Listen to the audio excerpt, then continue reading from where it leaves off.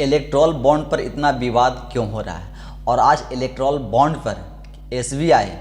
और supreme court दोनों आमने सामने हैं। या तो कहे कि इसके साथ साथ ही केंद्र सरकार भी जो है वह भी आमने सामने है और सुप्रीम कोर्ट ने दो टूक शब्दों में कहा है एसबीआई को कि आप 12 मार्च तक सारी जानकारी जो है इलेक्ट्रॉल बॉन्ड द्वारा जो चंदे दिए गए हैं वह सारी जानकारी जो है वह 12 मार्च को इलेक्शन कमीशन ऑफ इंडिया के साथ साझा करें और इलेक्शन कमीशन ऑफ इंडिया जो है वह 15 मार्च तक और 15 मार्च को सारी जानकारी जो है वह पब्लिक के साथ साझा करें। तो अब आपको बताते हैं कि जो यह इलेक्ट्रॉल बॉन्ड है क्या और बॉन्ड से आज इतना विवाद क्यों है और इस इलेक्ट्रॉल बॉन्ड को लेकर के सुप्रीम कोर्ट, एसबीआई और केंद्र सरकार आमने सामने क्यों है। इलेक्ट्रॉल बॉन्ड आज इतना चर्चाओं में क्यों है और इलेक्ट्रॉल बॉन्ड को लेकर के इतना राजनीति क्यों हो रही है। आज के समय में न एसबीआई और सुप्रीम कोर्ट दोनों आमने सामने हैं, जहां एसबीआई इलेक्ट्रॉल बॉन्ड पर जो जानकारी उनसे मांगी जा रही थी वह जानकारी देने के लिए वह 30 जून तक का वह समय मांग रहे थे। यानी जो एसबीआई है, स्टेट बैंक ऑफ इंडिया, वह 30 जून तक का समय मांग रही थी, लेकिन सुप्रीम कोर्ट के माननीय न्यायाधीश और जो सीजीआई हैं और जो सीजीआई की जो बेंच की सदस्य जो इस पर सुनवाई कर रही थी वह समय देने से इनकार कर गए हैं और समय ना दे करके सीधा सीधा निर्देश भी दिए हैं कि आप जो इलेक्ट्रॉल बॉन्ड पर जो चंदा दिए गए हैं, किनके द्वारा दिया गया है, कितने चंदा दिए गए हैं, यह सब जानकारी आप 12 मार्च तक इलेक्शन कमीशन के साथ साझा करें। यानी निर्वाचन आयोग को सारा जानकारी आप दें और निर्वाचन आयोग इसे 15 मार्च तक इसे पब्लिश करे और पब्लिक फोरम में लाए। यानी जो एसबीआई 30 जून तक का समय मांग रहे थे इलेक्ट्रॉल बॉन्ड पर उसकी जानकारी साझा करने के लिए, जानकारी देने के लिए, लेकिन सुप्रीम कोर्ट ने यह समय देने से इनकार कर गया और सुप्रीम कोर्ट ने इसके साथ ही निर्देश दिए हैं कि आप 12 मार्च तक इलेक्शन कमीशन में सारा इलेक्ट्रॉल बॉन्ड की जानकारी जो है वह साझा करें और उनको दे और निर्वाचन आयोग या इलेक्शन कमीशन ऑफ इंडिया का है या चुनाव आयोग का है वह इसे 15 मार्च तक का पब्लिश करें। तो अब आज के समय में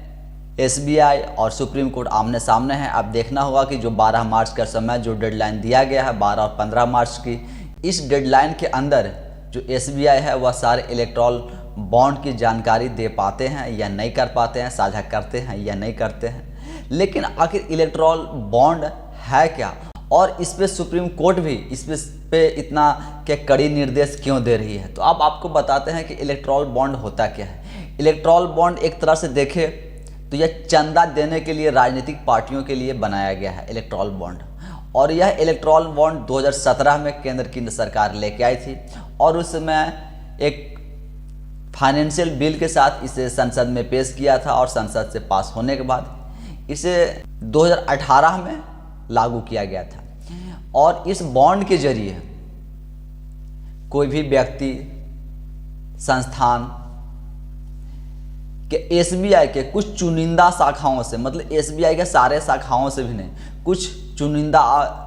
शाखाओं से जो इसके लिए एलिजिबल हैं, जिस शाखाओं में यह इलेक्ट्रॉल बॉन्ड उपलब्ध हैं उस शाखा से आप इलेक्ट्रॉल बॉन्ड जो है आप खरीद सकते हैं और इसकी जो अवधि होती है वह 10 से 15 दिनों का होता है। यानी आप इलेक्ट्रॉल बॉन्ड आप खरीद करके आप जिस पार्टी को चंदा देना चाहें आप इस इलेक्ट्रॉल बॉन्ड के तहत किसी भी पार्टी को, राजनीतिक पार्टियों को आप चंदा दे सकते हैं। उसमें आपका नाम नहीं होगा, लेकिन जब आप एसबीआई से इलेक्ट्रॉल बॉन्ड खरीदेंगे तब उस बैंक में आपका केवाईसी जो है वह कंप्लीट होना चाहिए। यानी कि उस बैंक में आपका अकाउंट होना चाहिए और अकाउंट के साथ साथ केवाईसी जो है वह कंप्लीट होना चाहिए, तब आप वहां से जाकर के इलेक्ट्रॉल बॉन्ड जो है वह खरीद सकते हैं। और इस बॉन्ड के जरिए आप 1000, 10,000, 1 लाख, 1 करोड़ तक के आप चंदा जो है वह किसी भी राजनीतिक पार्टियां को आप दे सकते हैं। लेकिन इसमें एक और है कि आप उन्हीं राजनीतिक पार्टियों को यह चंदा इलेक्ट्रॉल बॉन्ड के तहत या इलेक्ट्रॉल बॉन्ड के जरिए दे सकते हैं जिन पार्टियों के आम चुनाव में, चाहे लोकसभा का चुनाव हो या विधानसभा का चुनाव हो, इन दोनों चुनावों में कम से कम 1% वोट हासिल किया हो, चाहे वह राज्य में, केंद्र के, चाहे लोकसभा का चुनाव हो या विधानसभा का चुनाव हो, जो भी राजनीतिक पार्टियां हैं उन्हें 1% का वोट हासिल करना रहता है। तो जो भी राजनीतिक पार्टियां 1% वोट हासिल करती है, उन पार्टियों के आप इन इलेक्टोरल बॉन्ड के जरिए आप चंदा दे सकते हैं। इस इलेक्टोरल बॉन्ड में आपका नाम जो होगा वह गुमनाम रहेगा, आपका नाम नहीं रहेगा। बस जो बैंक द्वारा इलेक्टोरल बॉन्ड जारी किया जाएगा उसमें कुछ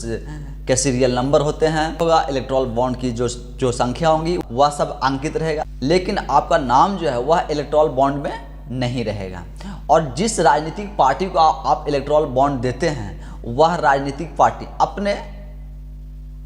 अकाउंट में यानी अपने खाता में इसे कैश करवा सकती है, और जो भी रिसीव करने वाली राजनीतिक पार्टियां होंगी वह यह पैसे अपने खाते में रिसीव कर सकती है। लेकिन यह इलेक्टोरल बॉन्ड जो है वह 10 से 15 दिन के लिए वैलिड होता है, जिसे हम लोग जो आम तौर पर जो हम लोग चेक इस्तेमाल करते हैं वह 3 महीने तक का, 6 महीने तक का जो डेट भरते हैं उस डेट के बाद से 3 महीने तक का और 6 महीने तक का वैलिड रहता है। उसी तरह से जो यह इलेक्टोरल बॉन्ड है यह 10 से 15 दिनों के लिए वैलिड रहता है। यानी जब आप शाखा से, जो भी SBI का जो चयनित शाखा है उस शाखा से जब आप इलेक्टोरल बॉन्ड खरीदते हैं, उसके खरीदने के 10 से 15 दिन के अंदर ही आपको यह इलेक्टोरल बॉन्ड जो है वह किसी राजनीतिक पार्टी को, जिस भी राजनीतिक पार्टी को आप चंदा देना चाहते हैं उसे आप सौंप दें, और वह राजनीतिक पार्टियां भी इसी समय के अवधि में उन्हें यह कैश करवा लेना होगा। तो इलेक्टोरल बॉन्ड को लेकर के जो सबसे ज़्यादा अभी मतलब चर्चा में है या कहा जा रहा है कि बीजेपी, चूँकि केंद्र में जो सरकार है वह बीजेपी की है। इससे पहले एक न चंदा का जब आंकड़ा जारी किया गया था तो उस आंकड़ा में दिखाया गया था कि सबसे ज़्यादा चंदा लेने वाली पार्टी जो है वह बीजेपी है। पहले नंबर पर सबसे ज़्यादा चंदा लेने वाली बीजेपी है। तो अब यही कहा जा रहा है कि आखिर यह गुमनाम व्यक्ति जो हैं वह इलेक्ट्रॉनिक बॉन्ड के जरिए किनको और कौन व्यक्ति जो है वह इतने चंदे दे रहा है, देने वाला व्यक्ति कौन है, संस्थान कौन है, और वह उनके द्वारा कितना राशि दिया गया है। मतलब यह सार्वजनिक करने के लिए सुप्रीम कोर्ट ने SBI को निर्देश दिए हैं। SBI का कहना है कि जो इलेक्टोरल बॉन्ड होते हैं वह सील पैक लिफाफे में बंद होते हैं। SBI द्वारा कहा जा रहा है कि जो नाम, जो सीरियल नंबर होता है, जो कोड जारी किया जाता है, उस कोड को डिकोड करने में और उस कोड को मिलाने में समय लग रहा है, इसलिए हमें और समय चाहिए और हम 30 जून तक के सारा चंदा का हिसाब जो है और चंदा की जो जानकारी है वह साझा करेंगे। लेकिन जो सुप्रीम कोर्ट है, सुप्रीम कोर्ट द्वारा SBI को झटका लगा है और झटके के साथ वह साफ शब्दों में और 2 टूक में कह दिए हैं कि अब 12 मार्च तक के इलेक्टोरल बॉन्ड के जरिए जितनी चंदा दिया गया है, किन के द्वारा दिया गया है, कौन से संस्थान द्वारा दिया गया, सारा जानकारी जो है वो आप इलेक्शन कमीशन ऑफ इंडिया के साथ साझा करें। और इलेक्शन कमीशन ऑफ इंडिया 15 मार्च को यह जानकारी जो है वह पब्लिक के साथ साझा करें। तो इलेक्ट्रॉन बॉन्ड को लेकर के जो सुप्रीम कोर्ट में अभी सुनवाई चल रही थी और सुनवाई के बाद जब यह निर्णय आया है तो इसमें अब देखना होगा कि इस निर्णय का कितना पालन किया जाता है। तो 12 तारीख को SBI सारी जानकारी जो है वह इलेक्शन कमीशन ऑफ इंडिया को दे पाती है या नहीं दे पाती है, या इसके आगे का क्या प्रावधान होगा वह तो वही सब बताएंगे। और 15 मार्च को जो इलेक्शन कमीशन ऑफ इंडिया को जो यह सब डिटेल सारा शेयर करना है वह भी, चूँकि पहले जब SBI election commission of India को सारा डेटा रिकॉर्ड साझा कर देती है, तब जाकर के इलेक्शन कमीशन ऑफ इंडिया जो है वह 15 मार्च को सारा डेटा जो है वह पब्लिश करेंगे। तो आज के समय में देखें तो SBI और सुप्रीम कोर्ट दोनों आमने सामने हैं, और इसमें एक तरह से कहें तो जो केंद्र सरकार है वह भी कहीं ना कहीं, चूँकि केंद्र सरकार द्वारा ही लाया गया यह इलेक्टोरल बॉन्ड है। 2017 में यह इलेक्टोरल बॉन्ड जो है वह लाया गया था, 2018 में यह कानूनन रूप से लागू कर दिया गया था, और तब से इलेक्टोरल बॉन्ड के जरिए जो है वह सभी राजनीतिक दल और राजनीतिक पार्टियों को चंदा मिलता है, और चंदा देने वाला व्यक्ति का नाम जो है वह गुमनाम रहता है। उस व्यक्ति का नाम जो होता है वह बैंक के पास तो होते हैं लेकिन पार्टियों के पास में नहीं होते हैं। तो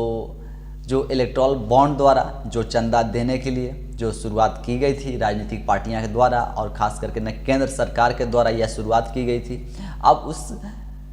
इलेक्ट्रॉल बॉन्ड में कहीं ना कहीं केंद्र सरकार भी जो है वह फंसती हुई नज़र आ रही है। और शायद ये या SBI पे क्या प्रेशर है या SBI क्यों नहीं सारा डिटेल जो है वह साझा कर रही है, वह साझा करने में या उन्हें इतना समय क्यों लग रहा है। क्योंकि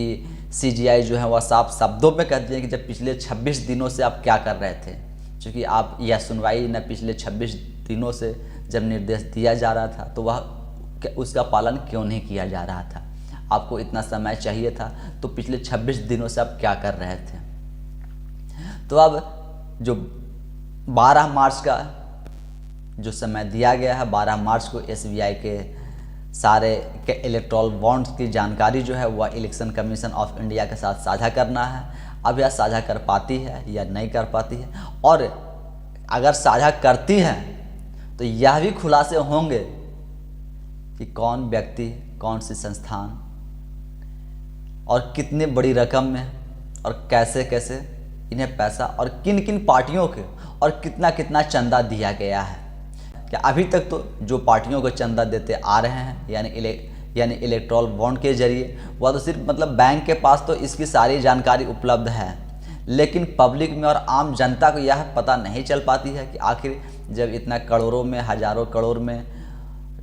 जब पार्टियों को न चंदा मिल रहे हैं तो इतने चंदा देने वाले कौन लोग हैं और किस संस्था के द्वारा इतना बड़ा बड़ा अमाउंट और जो है चंदा है वह दिया जा रहा है। तो अब इस न चंदे से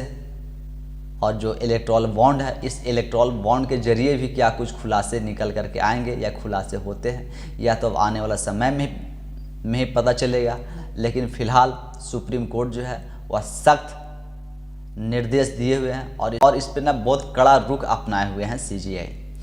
तो अब देखना होगा कि जो माननीय सुप्रीम कोर्ट द्वारा जो निर्णय दिया गया है, जो आदेश दिया गया है, उस आदेश का कितना पालन किया जाता है और इस आदेश के बाद कितने लोगों का नाम निकल करके आते हैं और क्या क्या खुलासे होंगे। बाकी आप यह सब पर क्या सोचते हैं और आपका क्या विचार होता है वह आप हमें कमेंट्स के माध्यम से ज़रूर बताएं। धन्यवाद।